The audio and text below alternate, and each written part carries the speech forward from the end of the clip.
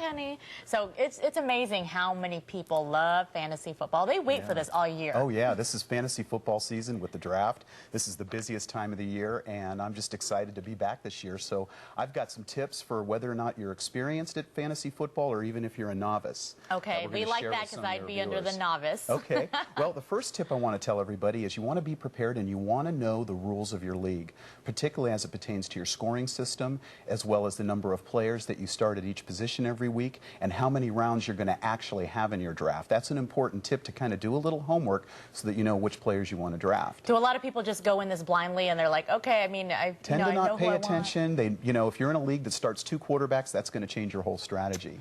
So the next tip is people want to know what positions should we draft and where. What we say is draft running backs early and often. In the first couple of rounds, you want to focus on getting those marquee running backs. There's only about 20 of them in the league that get a majority of the touches, so you want to go after them in the first couple of rounds of your draft. Okay, so running backs. Okay, I'm taking note on this. Early and often. And then the third tip is you want to let the draft dictate where you draft your quarterback. There's only a couple of quarterbacks that are worth drafting in the early rounds.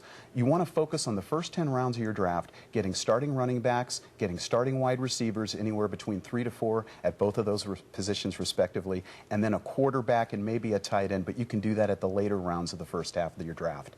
Okay. And then the fourth tip coming into it is with kickers and with defenses, draft those in the later rounds and only draft one.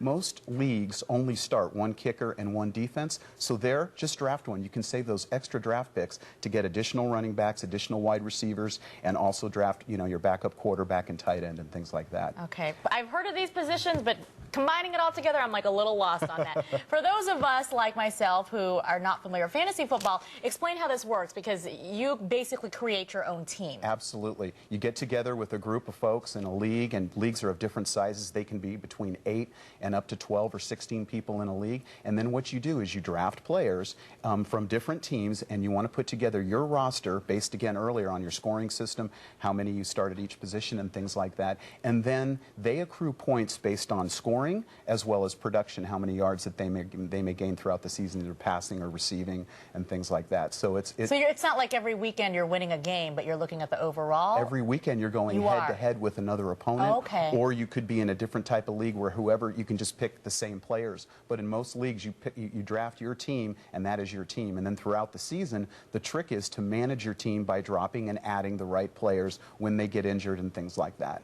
And then my final tip is you want to pay attention to the bye weeks, where, throughout the season, every NFL team gets 1 week off. Bye week is when there's no game. When that team doesn't play a game. So what you want to make sure is you don't draft too many players that have their teams have the same bye week off, because you can't start them.